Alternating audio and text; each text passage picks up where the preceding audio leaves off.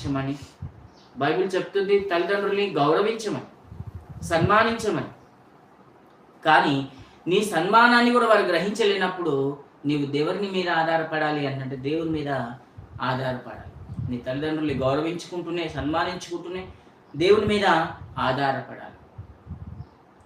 ఎన్నో శోధనలు ఉన్నాయి, ఎన్నో సమస్యలు ఉన్నాయి, ఎన్నో ఇరుకులు ఉన్నాయి, ఎన్నో మరి అప్పులతో ఉండొచ్చు, బాధలతో ఉండొచ్చు, మరి అనేకమైన అనారోగ్య పరిస్థితులు ఉండొచ్చు, రోగం గుండా వెళ్తుండొచ్చు, టెన్షన్ గుండా వెళ్తుండొచ్చు, అనేక రకాల పరిస్థితులు నువ్వు ఎదుర్కొంటుండొచ్చు. ఈరోజు నిన్ను మాత్రమే చూస్తున్నారేమో, కానీ నువ్వు ఎదుర్కొంటున్న పరిస్థితులను ఎవరు చూడట్లేదేమో.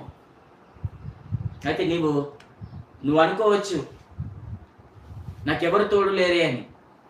అయితే నువ్వు అనుకోవచ్చు నాకు ఆధారం లేదే, నాకు సహాయం చేసేవాళ్ళు లేరే. కానీ దేవుడు ఉన్నాడు. నువ్వు వారి మీద ఆధారపడకుండా ఎవరో వస్తారు ఏదో చేస్తారని వారి మీద